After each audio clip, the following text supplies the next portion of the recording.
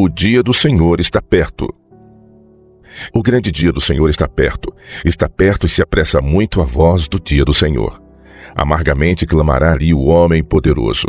Aquele dia é um dia de indignação, dia de angústia e de ânsia, dia de alvoroço e dia de desolação, dia de trevas e de escuridão, dia de nuvens e de densas trevas, dia de trombeta e de alarido contra as cidades fortes e contra as torres altas. E angustiarei os homens, e eles andarão como cegos, porque pecaram contra o Senhor. Sofonias capítulo 1, versos de 14 a 17. E há de ser que naquele tempo esquadrinharei a Jerusalém com lanternas e castigarei os homens que estão assentados sobre as suas fezes, que dizem no seu coração, o Senhor não faz bem nem faz mal. Sofonias 1, verso 12. Congrega-te, sim, congrega-te, ó nação que não tens desejo, antes que saia o decreto e o dia passe como a pragana, antes que venha sobre vós a ira do Senhor, sim, antes que venha sobre vós o dia da ira do Senhor. Buscai ao Senhor vós todos os mansos da terra, que pondes por obra o seu juízo.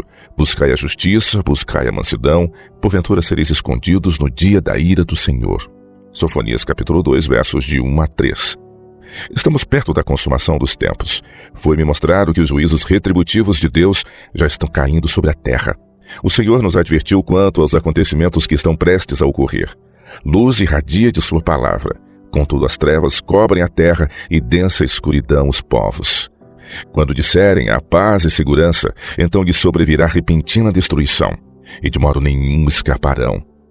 É o nosso dever buscar a causa de tão terríveis trevas, a fim de podermos evitar os caminhos pelos quais os homens acalentaram tão grande ilusão. Deus deu ao mundo uma oportunidade de conhecer e obedecer à sua vontade. Deu-lhe em sua palavra a luz da verdade e lhe enviou advertências, conselhos e exortações, mas poucos obedecerão à sua voz. Como a nação judaica, a maioria dos cristãos professos se gloria de suas superiores vantagens, porém não se mostra grata a Deus por essas grandes bênçãos. Por causa de sua graça infinita, uma última mensagem de advertência é enviada ao mundo, anunciando que Cristo está às portas e chamando a atenção para a desprezada lei divina. Mas como os antediluvianos rejeitaram com zombaria a advertência de Noé, assim os amantes dos prazeres hoje em dia hão de rejeitar a mensagem dos fiéis servos de Deus. O mundo segue o seu curso inalterável, absorvido como sempre em seus negócios e prazeres, enquanto a ira divina está prestes a ser derramada sobre os transgressores de sua lei. Olhai por vós. Nosso compassivo Redentor, prevendo os perigos que haviam de cercar seus seguidores neste tempo, lhes dirige esta admoestação especial. Olhai por vós. Não aconteça que os vossos corações se carreguem de glutonaria, de embriaguez e dos cuidados da vida, e venha sobre vós de improviso aquele dia, porque virá como um laço sobre todos os que habitam na face de toda a terra. Vigiai, pois, em todo o tempo, orando para que sejais havidos por dignos de evitar todas estas coisas que hão de acontecer, e de estar em pé diante do Filho do Homem. Lucas 21, versos de 34 a 36. Se a igreja escolher um caminho idêntico ao do mundo, virá a partilhar a mesma sorte. Ainda mais, como recebeu maior luz, seu castigo será maior do que o dos impenitentes. Nós, como povo, professamos possuir mais verdades do que qualquer outro na terra. Neste caso, nossa conduta e caráter devem também corresponder à nossa profissão. Está próximo o dia em que os justos, qual semente preciosa, hão de ser ajuntados para os celeiros celestiais, enquanto os ímpios, à semelhança do joio, o serão para o fogo do grande dia.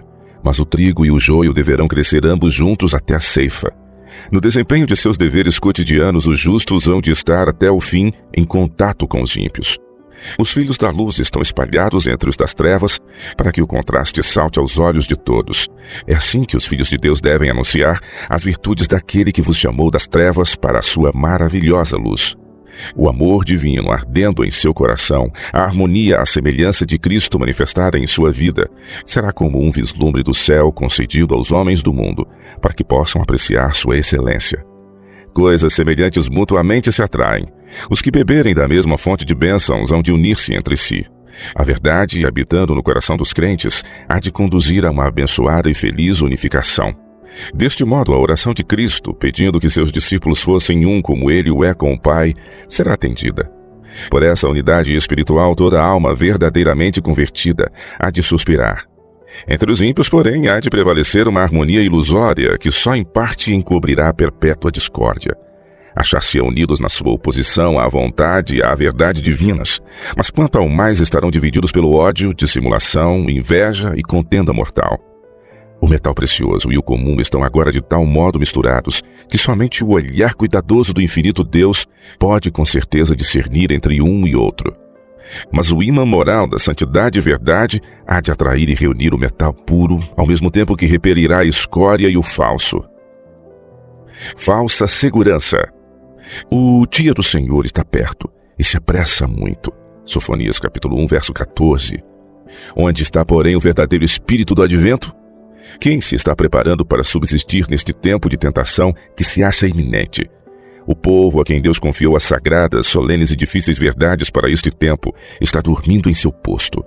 Por seu procedimento diz: tenho a verdade, rico sou e estou enriquecido e de nada tenho falta.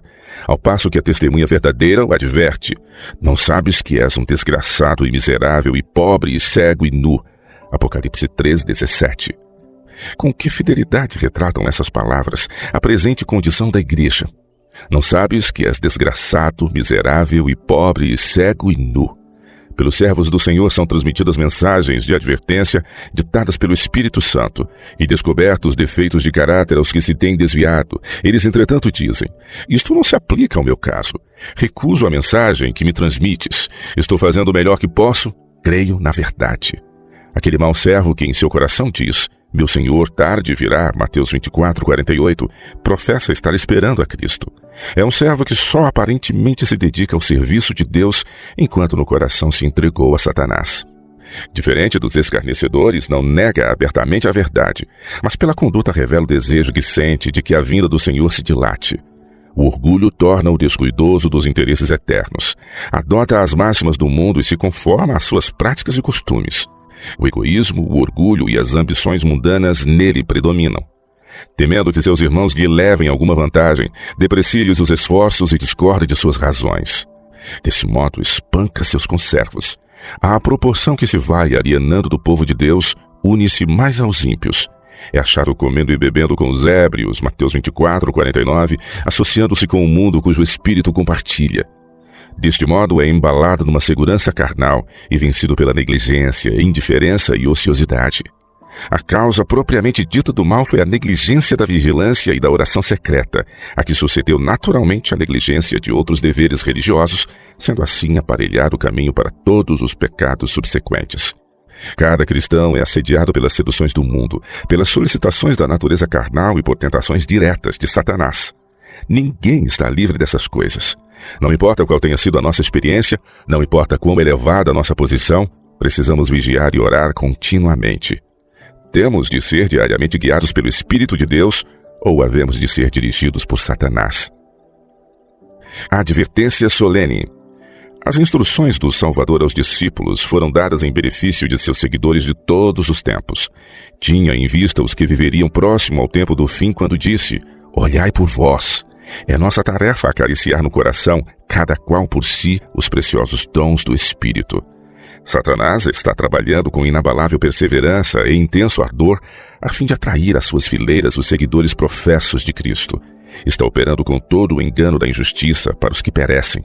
2 Tessalonicenses capítulo 2, verso 10.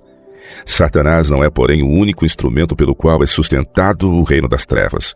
Qualquer que convide ao pecado é um tentador. Qualquer que imitar o grande impostor se torna seu auxiliar. Os que emprestam sua influência para favorecer uma obra má estão prestando um serviço a Satanás. Os atos revelam princípios e motivos. Os frutos apresentados por muitos que pretendem ser plantas na vinha do Senhor revelam que são apenas espinheiros e abrolhos. Toda uma igreja poderá sancionar o procedimento errado de alguns de seus membros, mas essa sanção não prova que seu erro seja justo. Ela não pode colher uvas dos espinheiros. Se alguns dos que professam crer na verdade presente pudessem compreender sua verdadeira condição, haviam de desesperar da misericórdia divina. Tem estado exercendo toda a sua influência contra a verdade, a voz de admoestação e o povo de Deus. Estiveram a fazer deste modo a obra de Satanás. Muitos se tornaram de tal modo envaidecidos em virtude de seus enganos, que jamais se poderão reabilitar. Semelhante estado de apostasia não pode prevalecer sem acarretar a ruína de muitas almas. A igreja tem recebido advertências umas após outras. Os deveres que tem e os perigos que corre o povo de Deus foram claramente expostos. Entretanto, o elemento mundano está nela agindo fortemente. Costumes, práticas e modas que tendem a desviar a alma de Deus há anos têm estado lançando raízes a despeito das advertências e exortações do Espírito Divino, e afinal seus caminhos se tornaram retos aos seus próprios olhos, e a voz do Espírito mal é ouvida. Ninguém pode prever até onde se embrenhará no pecado quando uma vez se tiver rendido ao poder do grande enganador. Satanás penetrou em Judas Iscariotes e induziu-o a atrair seu Senhor. Induziu Ananias e Safira a mentir ao Espírito Santo. Os que não estiverem inteiramente consagrados a Deus podem ser levados a fazer a obra de Satanás, ao passo que se jactam de estar fazendo a obra de Cristo. Irmãos e irmãs, eu vos exorto, examinai-vos a vós mesmos se permaneceis na fé. 2 Coríntios 13, verso 5. Provai-vos a vós mesmos, a fim de conservar o calor e a pureza do amor de Cristo, necessitais de constante suprimento da graça divina. Tendes feito todos os esforços para que a vossa caridade aumente mais e mais, para que aproveis as coisas excelentes, cheios de frutos de justiça, que são por Jesus Cristo, para a glória e louvor de Deus. Filipenses capítulo 1, versos de 9 a 11. Muitos que deviam tomar atitude decisiva ao lado da justiça e da verdade, manifestaram fraqueza e indecisão, que incentivaram os assaltos de Satanás. Os que deixam de crescer na graça, não se esforçando por atingir o mais alto padrão da perfeição divina, serão vencidos. A necessidade da igreja.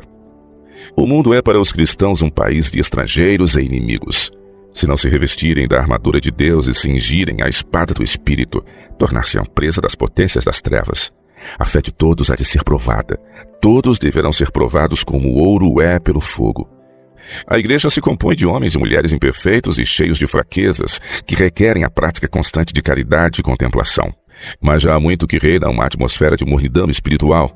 Penetrou na igreja um espírito mundano, seguido por frieza recíproca, acusações mútuas, maldades, contendas e iniquidade. Se pregassem menos sermões da parte de homens não consagrados no coração e vida, e se devotasse mais tempo a humilhar a alma diante de Deus, haveria esperança de que o Senhor acudisse em vosso auxílio, a fim de sarar-vos da vossa apostasia. Muitas das pregações destes últimos tempos produzem uma segurança fictícia. Os importantes interesses da causa de Deus não podem ser sabiamente tratados pelos que mantêm tão pouca real ligação com Ele, como o têm feito alguns de nossos pastores. Confiar a obra a tais pessoas seria o mesmo que entregar a crianças o comando de grandes navios no mar. Pessoas destituídas de sabedoria divina e do poder vivificante de Deus não são competentes para conduzir a nau do Evangelho por entre obstáculos e tempestades. A igreja está atravessando um período de sério conflito, mas a despeito do perigo, muitos estariam dispostos a confiar sua direção a pessoas que certamente a fariam afundar. Necessitamos agora de um piloto a bordo, porquanto estamos nos aproximando do porto. Como um povo, devemos ser a luz do mundo. Mas quantos são como as virgens loucas, que não levaram azeite nos vasos com suas lâmpadas? Oxalá o Senhor, abundante em misericórdia e cheio de perdão, tenha piedade de nós e nos salve, para que não venhamos a partilhar a sorte dos ímpios. Neste tempo de lutas e provações, precisamos de todo o apoio e consolação que podemos derivar de princípios justos, convicções religiosas estabelecidas, certeza íntima do amor de Cristo e rica experiência nas coisas divinas. Só chegaremos à estatura perfeita de homens e mulheres em Cristo Jesus em resultado de um crescimento constante na graça divina. Oh, que poderei eu dizer a fim de vos abrir os olhos cegados e iluminar o entendimento espiritual? O pecado deve ser crucificado. Uma transformação moral completa tem de ser operada pelo Espírito Divino. Devemos compenetrar-nos do amor de Deus e ter fé viva e perseverante, que é o ouro provado pelo fogo. Só o podemos obter de Cristo. Todo o que sincera e diligentemente buscar estas coisas, tornar-se-á participante da natureza divina. Sua alma se encherá de ardente desejo de conhecer a plenitude do amor que sobrepuja todo o entendimento.